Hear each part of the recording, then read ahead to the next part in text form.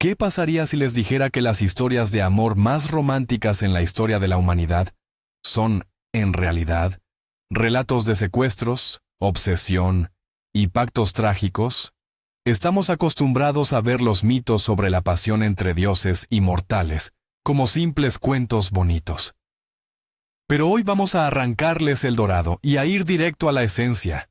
Analizaremos 5 de las historias más conocidas para descubrir dónde residían los verdaderos sentimientos y dónde solo había un juego del ego divino. Se van a sorprender de lo actuales y ambiguas que suenan estas antiguas leyendas si nos detenemos a examinar los detalles. Prepárense. Nos embarcamos en un viaje que los obligará a reevaluar la concepción de amor, sacrificio e inmortalidad. Y la primera pregunta que nos haremos es esta: ¿fue la envidia de la diosa del amor más destructiva que su propia bendición? Pero antes de empezar, detengámonos a pensar un momento. Para los antiguos griegos, los mitos no eran mero entretenimiento, eran su forma de darle sentido al mundo. El cambio de estaciones, la fuerza del arte, la naturaleza del amor y la muerte. Todo esto se reflejaba en las historias de sus dioses. Y las uniones entre inmortales y mortales ocupaban un lugar muy especial. Funcionaban como un puente entre dos mundos, revelando a la vez la grandeza de los dioses y su sorprendente humanidad. En estas narraciones, ellos sentían celos, sufrían y cometían errores, igual que usted y yo. Pero al mismo tiempo, estos mitos servían como advertencia. Mostraban cuán peligrosa y frágil puede volverse una relación cuando uno de los socios tiene un poder ilimitado. Así que cada historia que examinaremos hoy no es solo un romance. Es un drama complejo sobre el poder, el destino y las consecuencias de nuestras elecciones. Y vamos a comenzar con una historia que es, sin duda, el arquetipo del romance, el mito de Cupido y Psique. Todo empezó con la belleza. Psique, una mortal, era tan extraordinariamente hermosa que la gente comenzó a adorarla, olvidándose de la mismísima diosa del amor, Afrodita. ¿Pueden imaginarse la furia de la diosa? Sus altares estaban vacíos, y todos los honores iban a parar a una simple muchacha. Afrodita decide castigar a Psique de una forma cruel y sofisticada. Llama a su hijo, el dios del amor, Cupido, y le ordena: haz que se enamore del mortal más feo y miserable que exista. Parecía que el destino de la joven estaba sellado. Cupido, armado con sus flechas, parte a cumplir la voluntad de su madre. Encuentra a Psique dormida y está a punto de disparar, pero se paraliza, totalmente cautivado por su belleza. En ese instante, accidentalmente, se hiere con una de sus propias flechas, y justo aquí, la historia da un giro. El dios del amor se enamora perdidamente de aquella a la que debía arruinar. El plan de venganza de Afrodita fracasa estrepitosamente, dando inicio a una de las historias de amor más increíbles jamás contadas. Cupido no podía presentarse sin más ante Psique y declararle su amor. Él era un dios, ella una simple mortal, y su madre estaba sedienta de venganza. Por ello, recurrió a un engaño. Siguiendo el consejo de un oráculo, los padres de Psique la condujeron a un peñasco para entregarla en matrimonio a un horrible monstruo. Pero en lugar del monstruo, la joven fue recogida por el suave viento Céfiro, que la transportó a un palacio encantado. Allí lo tenía todo: aposentos suntuosos, sirvientes invisibles y la más exquisita comida que pudiera imaginar. Cada noche, su misterioso esposo acudía a ella. Era tierno, afectuoso y bondadoso, pero le impuso una única e inquebrantable condición: Psique jamás debía contemplar su rostro. La joven era feliz, pero la carcomía la curiosidad, avivada por sus celosas hermanas. Ellas lograron convencerla de que su marido era, en realidad, el horrible monstruo de la profecía. Así, en una fatídica noche, Psique decidió romper la prohibición, armándose con una lámpara de aceite y un puñal. Acercó el candil al rostro de su esposo dormido y descubrió a el bellísimo dios Cupido. El asombro hizo que su mano temblara, y una gota de aceite hirviendo cayó sobre el hombro del dios. Él despertó al instante, y tras lanzarle una mirada de reproche, desapareció. El palacio y toda la magia se desvanecieron en el aire, dejando a Psique sola, sumida en la oscuridad y la desesperación. Dándose cuenta de lo que había perdido, Psique decide hacer hasta lo imposible para recuperar a su amado. Su camino la lleva directamente al templo de Afrodita. La diosa del amor, al ver a su rival destrozada y suplicando ayuda, decide disfrutar de su venganza al máximo. Le asegura a Psique que la ayudará, pero solo si completa 4 tareas, aparentemente imposibles de realizar. Primero, debía clasificar en una noche una inmensa pila de granos mezclados. Luego, conseguir el vellocino de oro de unas ovejas feroces que mataban a cualquiera que se les acercara. La tercera tarea era recoger agua del río Estigia, que fluía directamente por el reino de los muertos. Y la última, la más traicionera, descender al propio inframundo de Hades y pedirle a su esposa, Perséfone, un poco de su belleza divina, guardada en una caja. Afrodita estaba segura de que la joven mortal moriría en el intento. Pero Psique contó con la ayuda de la propia naturaleza y de dioses solidarios. Las hormigas clasificaron los granos. Un junco le indicó cómo recoger la lana, y el águila de Zeus le trajo el agua. Sin embargo, la última prueba era la más peligrosa de todas. Psique desciende al reino de los muertos. Atraviesa todos los horrores. Cumple al pie de la letra cada instrucción y finalmente recibe de Perséfone la ansiada cajita. Pero en el camino de regreso, la curiosidad la domina de nuevo. Piensa, si tomo tan solo una pizca de esta belleza divina, mi esposo sin duda me perdonará. Abre el arca, pero en lugar de belleza, se escapa de ella un sueño gélido y mortal, e instantáneamente Psique cae como fulminada. Justo en ese instante, aparece Cupido, ya recuperado de la quemadura y, no pudiendo soportar más el sufrimiento de su amada, vuela en su auxilio. Devuelve el sueño a la cajita, lo sella y despierta a Psique con el toque de su flecha. Comprendiendo que su madre nunca los dejaría en paz, Cupido vuela al Olimpo, directamente ante Zeus. Le narra al dios supremo toda la historia, y éste, conmovido por tal muestra de amor y abnegación, decide intervenir. Zeus convoca a todos los dioses del consejo y declara que Cupido y Psique se unirán en matrimonio. Le da a Psique a beber la ambrosía, el néctar de los dioses, concediéndole la inmortalidad. De esta manera, una muchacha mortal se convirtió en diosa por la fuerza de su propio amor, y hasta la misma Afrodita tuvo que aceptar su destino. Nos adentraremos ahora en el mito que todavía genera gran controversia, la historia de Hades y Perséfone. Muchos la conocen simplemente como el relato de un cruel secuestro. Perséfone, la joven hija de Deméter, la diosa de la fertilidad, paseaba despreocupadamente por un prado con sus amigas. De repente, la tierra se abrió, y de sus profundidades emergió Hades en su carro negro, el sombrío señor del inframundo. Agarró a la joven y se la llevó consigo al mundo de las sombras. Todo esto ocurrió con el consentimiento tácito de Zeus, quien había prometido a su hija en matrimonio a su hermano, sin siquiera consultar su opinión. A primera vista, esta es la clásica historia de violencia y abuso de poder. Una joven indefensa convertida en prisionera de un dios poderoso e intimidante. Y, ciertamente, el acto inicial fue un secuestro. No hay discusión sobre eso. Pero si profundizamos, la historia se vuelve mucho más compleja. Hades, el soberano de un reino inmenso pero sin vida, estaba infinitamente solo. No era malvado, como a menudo se le representa. Era el dios del orden, la justicia y la inevitabilidad. Y no vio en Perséfone solo a una joven hermosa, sino a alguien que pudiera compartir su eternidad y traer luz a su reino oscuro. Pero, ¿qué sucedió realmente con Perséfone en el inframundo? Contra toda expectativa, Hades no la trató como a una prisionera. La trató con respeto y reverencia, ofreciéndole ser su reina y gobernar a su lado en pie de igualdad.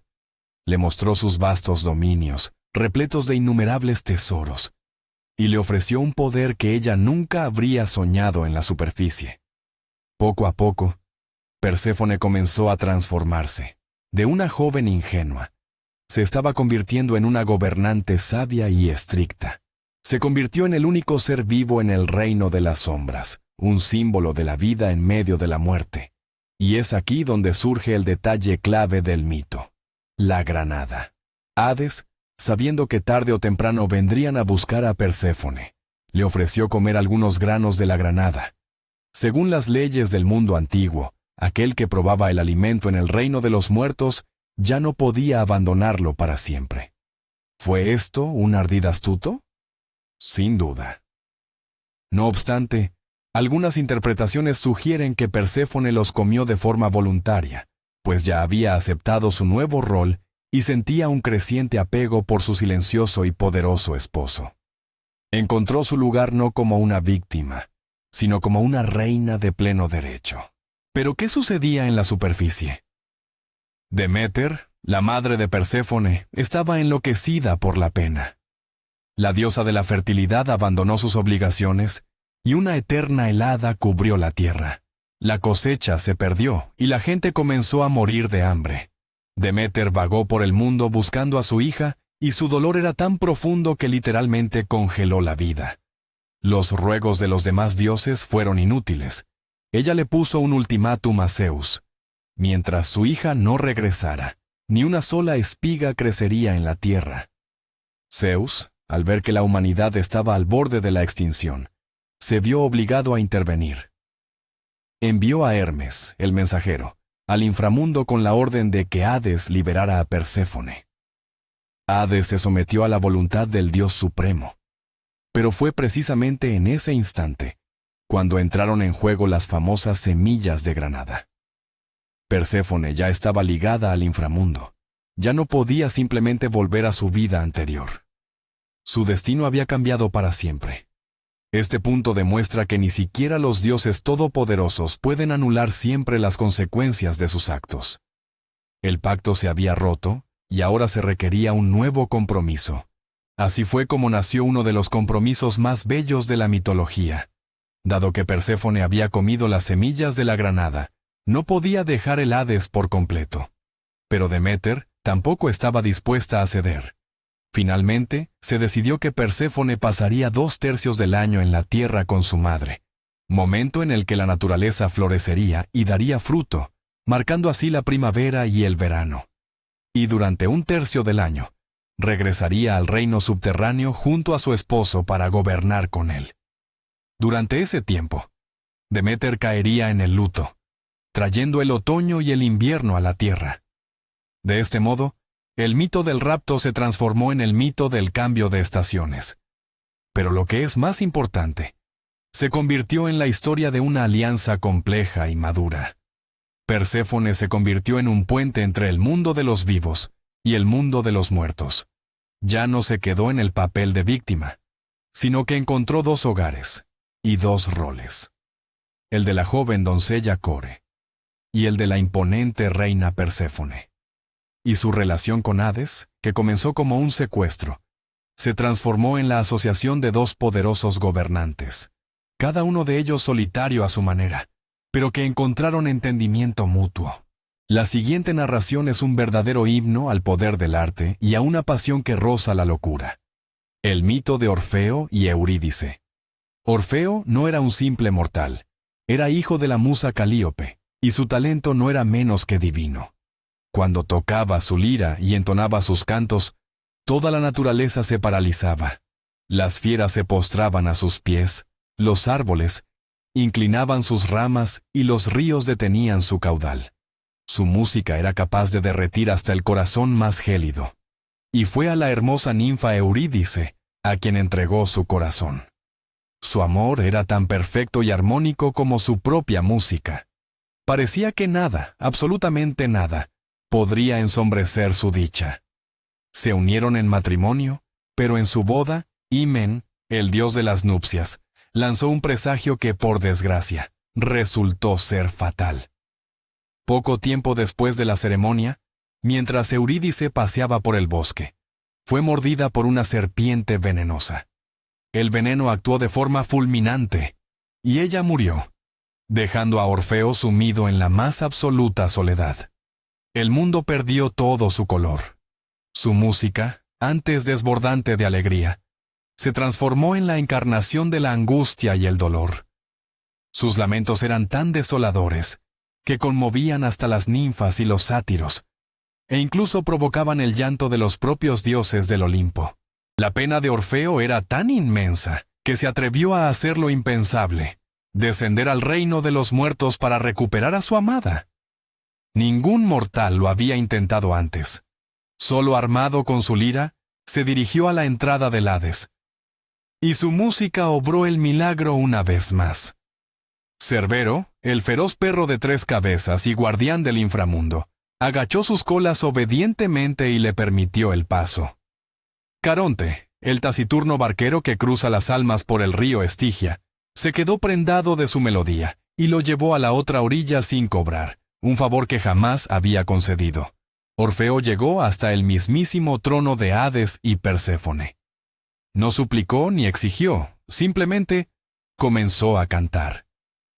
Cantó sobre su amor, sobre la felicidad perdida y sobre su inconmensurable pena. Su música era tan hermosa y tan melancólica que, según cuenta el mito, por primera vez en el reino de los muertos cesó todo tormento. La rueda de Ixión se detuvo. Tántalo olvidó su sed y hambre, y Sísifo se sentó sobre su roca para poder escucharle. Incluso las severas Erinias, las diosas de la venganza, derramaron lágrimas. Perséfone misma, la reina del inframundo, quedó conmovida hasta lo más profundo de su ser. Hades y Perséfone, cautivados por su música y la inmensidad de su amor, accedieron a dar un paso sin precedentes. Permitieron que Eurídice regresara al mundo de los vivos. Pero había una condición, un requisito que se convertiría en la prueba definitiva de la fe y la fortaleza de espíritu de Orfeo. Él debía caminar siempre delante, y la sombra de Eurídice lo seguiría. Y bajo ninguna circunstancia, debía voltear a mirarla hasta que ambos hubieran alcanzado la plena luz del sol. Si se giraba un solo segundo antes, ella regresaría para siempre al reino de los muertos. Parecía una condición sencilla, pero imaginen ese camino. Un trayecto largo y tortuoso, a través de los pasillos oscuros y silenciosos del Hades. Orfeo no podía oír los pasos de Eurídice detrás de él, pues las sombras son, por naturaleza, completamente silenciosas. Las dudas comenzaron a atormentarlo. ¿Lo estaba siguiendo de verdad? ¿Le habrían mentido los dioses? ¿Y si estaba subiendo solo? Cada paso que daba era una agonía. Luchaba contra el impulso desesperado de girarse, solo para confirmar por un instante que su amada estaba allí. Aquello no era un simple camino. Era la tortura definitiva, alimentada por la esperanza y el miedo. Y así, estaba a punto de alcanzar su meta. La luz del mundo de los vivos ya se vislumbraba ante él. Orfeo se encontraba justo en el umbral, los rayos del sol casi rozando su rostro. En ese último y fatídico instante, cuando solo faltaba un paso, no pudo resistirlo. Lleno de una alegría e impaciencia desbordantes, olvidó la condición y se giró para compartir ese momento con Eurídice. Y la vio. Estaba justo detrás de él. Su sombra casi había recuperado la forma. Pero su mirada se convirtió en su sentencia. Con un gemido suave y de despedida, ella comenzó a desvanecerse, disolviéndose de nuevo en la oscuridad. Él extendió sus manos desesperadamente, pero solo pudo atrapar el vacío. Las puertas del Hades se cerraron ante él para siempre. Un mortal no podía entrar 2 veces en el reino de los muertos. Orfeo perdió a su amor por segunda vez, y esta vez fue enteramente por su propia culpa. Pasó el resto de sus días en soledad, y su música se volvió aún más melancólica. Rechazó el amor de otras mujeres, y finalmente fue destrozado por las Ménades. No obstante, su historia se convirtió en un símbolo eterno de cuán grande puede ser el amor. y de cómo un solo instante de duda es capaz de destruirlo todo. Ahora, hablemos de un tipo de amor más sereno, aunque no por ello menos arrollador. Un amor que se convirtió en sinónimo de belleza eterna y paz. Esta es la historia de Selene, la diosa de la luna, y Endimión, un joven mortal. Endimión era pastor, o, según otras versiones, un rey de Élide. Pero, fuera cual fuese su origen, todos los mitos coinciden en una cosa: su belleza era sobrecogedora. Cada noche, Selene, mientras trazaba su ruta por el firmamento en su carro de plata, pasaba sobre el monte Latmos, donde Endimión dormía, y cada noche frenaba su paso para deleitarse con su hermosura. Observaba su rostro sereno, la manera en que la luz lunar danzaba en su cabello, y así, en su corazón inmortal, nació el amor. No era la obsesión ardiente y apasionada típica de otros dioses. Era un sentimiento tierno y contemplativo. Ella se enamoró de la personificación misma de la paz y la belleza. Pero ella era diosa, y él, mortal. La sombra de su futura vejez y su muerte proyectaba una pena sobre su amor eterno. Sabía que su belleza se marchitaría, y que su vida terminaría abruptamente. Selene no lograba aceptar la idea de perder a su amado. Pero, ¿qué recurso le quedaba? Cada noche, en secreto, descendía de su carroza celestial hasta la tierra para poder estar a su lado. Se recostaba junto al durmiente Endimión, lo besaba y le susurraba, aunque él nunca pudiera escucharla. Para ella, esos instantes eran invaluables. Sin embargo, el paso del tiempo era implacable, y el miedo a verlo envejecer se hacía cada vez más insoportable. No quería presenciar cómo las arrugas cubrían su hermoso rostro, ni cómo su cuerpo se debilitaba. Quería conservarlo exactamente como se había enamorado de él, eternamente joven y apuesto. A diferencia de muchos otros dioses que simplemente tomaban lo que deseaban, Selene afrontó el verdadero dilema que planteaba la inmortalidad. ¿Cómo conservar aquello que por su propia naturaleza está destinado a desaparecer? Su amor era silencioso y reservado, pero no por ello menos profundo. No estaba dispuesta a compartirlo con nadie, ni siquiera con el paso del tiempo. Fue entonces cuando se resolvió a dar un paso desesperado. Acudir al más poderoso de los dioses, el mismísimo Zeus. Selene compareció ante Zeus y le abrió su corazón. Le habló de su amor por un pastor mortal y de su profundo temor. Le suplicó que le concediera a Endimión la vida eterna. Zeus, conmovido por su relato, accedió a ayudarla, pero dejó la elección en manos del propio Endimión. Le ofreció al joven la oportunidad de escoger su destino, y es aquí donde las versiones del mito divergen ligeramente.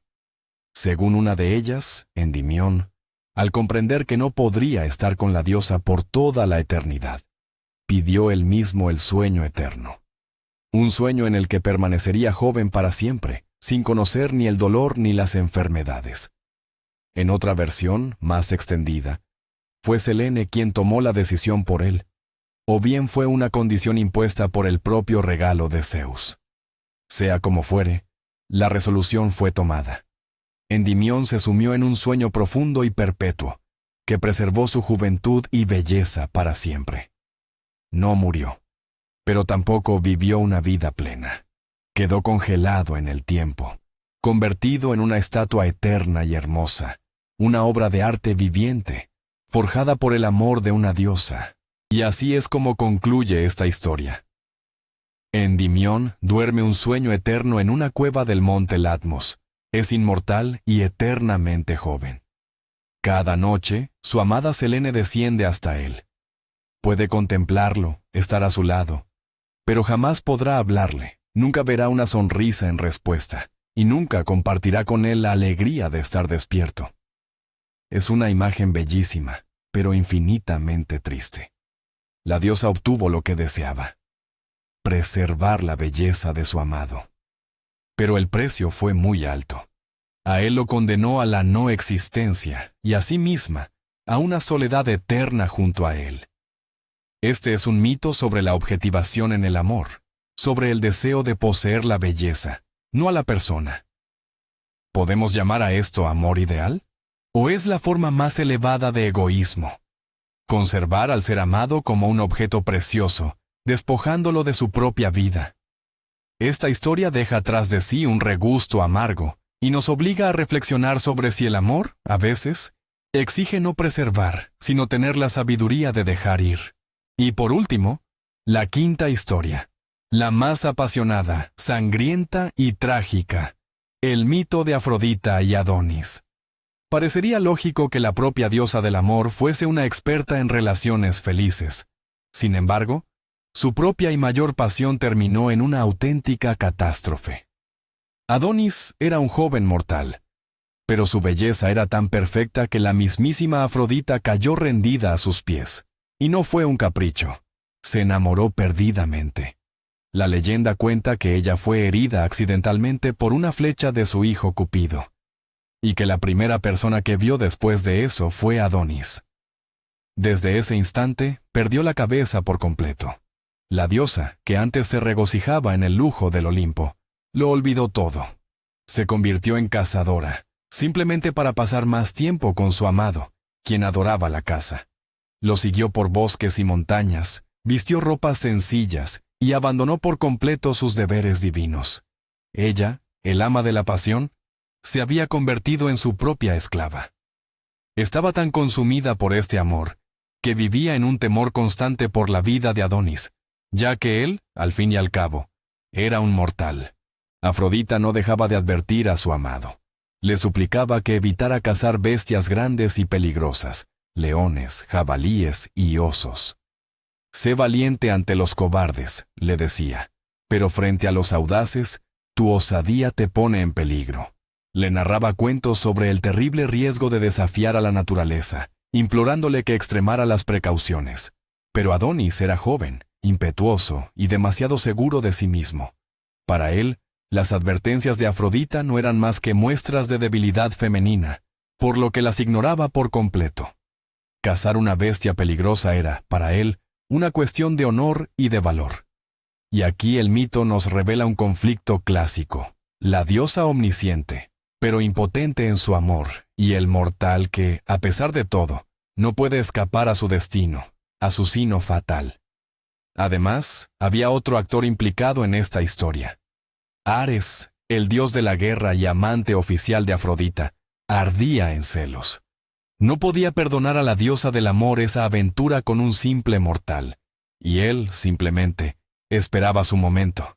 En una ocasión, aprovechando la ausencia de Afrodita, Adonis salió de cacería. Sus perros rastrearon y acorralaron a un jabalí salvaje y gigantesco. Lleno de la euforia de la caza, Adonis le lanzó su lanza, consiguiendo herirlo. Lejos de detenerlo, el ataque solo sirvió para enfurecer aún más al animal. El jabalí se arrancó la lanza de la herida y se abalanzó sobre el joven. Adonis no tuvo tiempo de esquivarlo. La bestia hundió sus colmillos en su muslo, causándole una herida mortal. Según una versión del mito, este jabalí no era otro que el propio Ares, transformado en animal para vengarse de su rival. Afrodita, aunque se encontraba muy lejos, escuchó los gemidos de su moribundo amado. Corrió desesperadamente hacia él, pero ya era tarde. Lo encontró exánime, tendido en un charco de sangre. La pena de la diosa fue inmensurable. Maldijo al destino, a los dioses y a su propia naturaleza inmortal, que le impedía seguir a su amor al reino de los muertos. Abrazó su cuerpo y lloró desconsoladamente. Sus lágrimas, al mezclarse con la sangre de Adonis, cayeron sobre la tierra. Sin embargo, ni siquiera su profundo dolor pudo evitar que Afrodita deseara preservar la memoria de su amado. Decidió inmortalizarlo en la naturaleza. De cada gota de sangre de Adonis que cayó a la tierra, nació una hermosa, aunque efímera, flor. La anémona. Sus pétalos son tan intensos como la sangre del joven, y tan delicados y frágiles como lo fue su vida. Pero la historia no termina ahí. La pena de Afrodita fue tan inmensa, que conmovió incluso a Perséfone, la reina del inframundo. Ella permitió que Adonis regresara al mundo de los vivos durante medio año para pasar ese tiempo con Afrodita. De esta manera, Adonis, al igual que Perséfone, se convirtió en el símbolo de la naturaleza que muere y que renace. Su muerte y su regreso explican el cambio de las estaciones. Pero, en esencia, este es un mito sobre una pasión arrolladora que no puede vencer a la muerte. Es la historia de que incluso la diosa del amor es impotente ante las leyes de la vida y el destino, y que el amor más hermoso puede estar condenado desde su origen. En definitiva, ¿qué conclusión sacamos? 5 historias. 5 facetas distintas del amor. Desde el sacrificio de Psique, que mereció la inmortalidad, hasta el trágico error de Orfeo, que perdió todo por un simple instante de debilidad. Desde la compleja unión de Hades y Perséfone, que evolucionó de un rapto a una auténtica alianza, hasta la silenciosa y triste obsesión de Selene, que convirtió a su amado en una eterna pieza de museo. Y por último, la pasión de Afrodita, que se mostró completamente impotente ante la fuerza de la muerte. Todos estos mitos nos demuestran una cosa: el amor entre un dios y un mortal es siempre una historia de desigualdad, de riesgo y de un precio muy alto a pagar.